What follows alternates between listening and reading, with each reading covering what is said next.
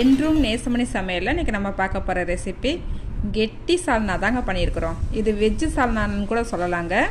பரோட்டாவுக்கு, சப்பாத்திக்கு, தோசைக்குன்னு வச்சு சாப்பிட்டிங்கன்னா அப்பப்பா அப்படி ஒரு டேஸ்ட்டாக இருக்குங்க.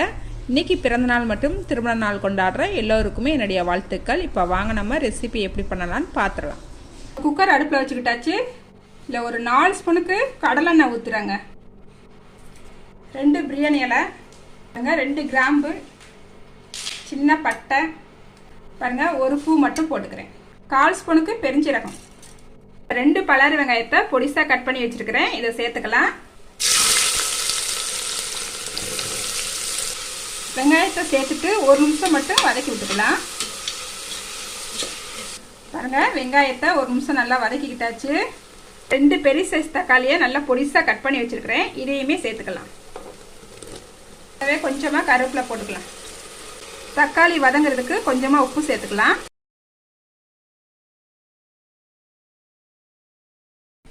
இப்போ தக்காளி வதங்குற நேரத்தில் நம்ம ஒரு தேங்காய் விழுது அடிச்சுக்கலாம். இப்போ ஒரு ஜார் எடுத்துருக்கேங்க. இதில் ஒரு 1/2 முடி சின்ன தேங்காயில் 1/2 முடி தேங்காய் எடுத்துருக்கிறேன். 1/2 ஸ்பூன் கசகசா ஒரு 1/4 மணி நேரத்துக்கு முன்னாடியே கொஞ்சம் தண்ணி ஊற்றி நல்லா ஊற வச்சுருக்கேங்க. நம்ம அப்படியே போட்டால் அவ்வளோவா அடிக்காது.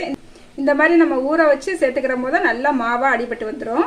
இப்போ இதையுமே இதில் சேர்த்துக்கலாம். அப்படியேவும் பாருங்கள், கொஞ்சமாக கல்பாசி சேர்த்துக்கிறேன். பாருங்க, ஒரு சின்ன பூ சேர்த்துக்கிறேங்க. கொஞ்சமாக பட்டை சேர்த்துக்கிறேன். 3 கிராம்பு சேர்த்துக்கிறேங்க. பாருங்க, கொஞ்சமாக முந்திரி குருணை சேர்த்துக்கிறேங்க. உங்ககிட்ட முந்திரி குருணை இல்லை அப்படின்னு சொன்னீங்கன்னா ஒரு 10 முந்திரி பருப்பு போட்டுக்குங்க, சரியாக இருக்கும். அப்படி முந்திரி பருப்பும் இல்லை அப்படின்னு சொன்னீங்கன்னா ஒரு 1/2 ஸ்பூன் பொரிகடலை சேர்த்துக்குங்க. ஒரே ஒரு ஏலக்காய் மட்டும் சேர்த்துக்கிறேன். நான் இதை வலுவலுன்னு அடித்து எடுத்துக்கிறேங்க. தக்காளியுமே நல்லா வெந்து வந்து எண்ணெய் நல்லா பிரிஞ்சு வந்துருச்சு. இதில் ஒரு 1/2 ஸ்பூனுக்கு இஞ்சி பூண்டு பேஸ்ட்டு சேர்த்துக்கலாங்க. நல்லா வதக்கி விட்டுக்கலாம். இஞ்சி பூண்டு பேஸ்ட்டோட பச்சை வாசனையும் போயிடுச்சு. கொஞ்சமாக மல்லிச்செடி போட்டுக்கலாம். கொஞ்சமாக புதினா இலையும் சேர்த்துக்கலாம். புதினா இலை வந்து கண்டிப்பாக சேர்த்தே ஆகணும். அப்போ தான் நம்மளுக்கு ஃப்ளேவர் நல்லாயிருக்கும். சால்னாவோட ஃப்ளேவர் நல்லாயிருக்கும்.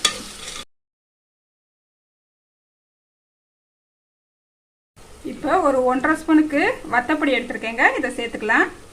2 ஸ்பூனுக்கு மல்லிப்பொடி எடுத்துருக்கிறேன். இதையும் சேர்த்துக்கலாம். ஒரு பிஞ்ச் அளவு மஞ்சத்தூள் சேர்த்துக்கலாம். நம்ம கரம் மசாலா வந்து இப்போ சேர்க்கலை. நம்ம ஏற்கனவே தேங்காய் விழுதோடு எல்லாமே சேர்த்து அடிச்சுக்கிட்டோம். நம்ம தேங்காய் விழுது அரைக்கிறதுக்கு நான் ஒரு 1/2 ஸ்பூன் பெருஞ்சீரகம் போட்டு நான் சேர்த்து அரைச்சிக்கிட்டேங்க. வீடியோவில் காட்ட விட்டு போச்சு. மசாலா போட்டு மசாலாவோட பச்சை வாசனையும் போயிடுச்சுங்க. நல்லா எண்ணெயுமே நல்லா பிரிஞ்சு வந்துருச்சு பாருங்க. இந்த நேரத்தில் நம்ம அடித்து வச்சிருக்கிற தேங்காய் விழுதை சேர்த்துக்கலாம். தண்ணி எதுவும் சேர்த்துறாதீங்க. தேங்காய் விழுதை மட்டும் போட்டு நல்லா கலந்துக்கலாம். தேங்காய் விழுதும் சேர்த்து நல்லா 1 நிமிஷம் நல்லா வதக்கிக்கிட்டேன். இதில் கொஞ்சமாக தண்ணி சேர்த்துக்கலாம். நான் இப்போ ஜார் கழுவி ஒரு 100 ml இருக்குங்க தண்ணி சேர்த்துக்கிறேன். நல்லா கலந்து விட்டுக்கலாம். தண்ணி சேர்த்துட்டு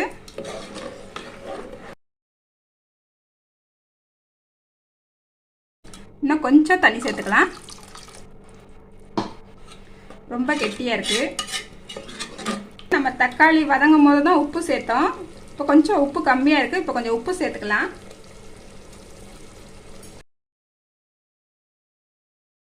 பாருங்கள் எவ்வளோ கெட்டியாக இருக்குன்னு பாருங்கள். இந்த அளவுக்கு கொஞ்சம் கெட்டியாக இருந்தால் தான் இந்த சால்னா நல்லா இருக்குங்க. உங்களுக்கு வேணும்னா தண்ணி சேர்த்துக்கலாம்.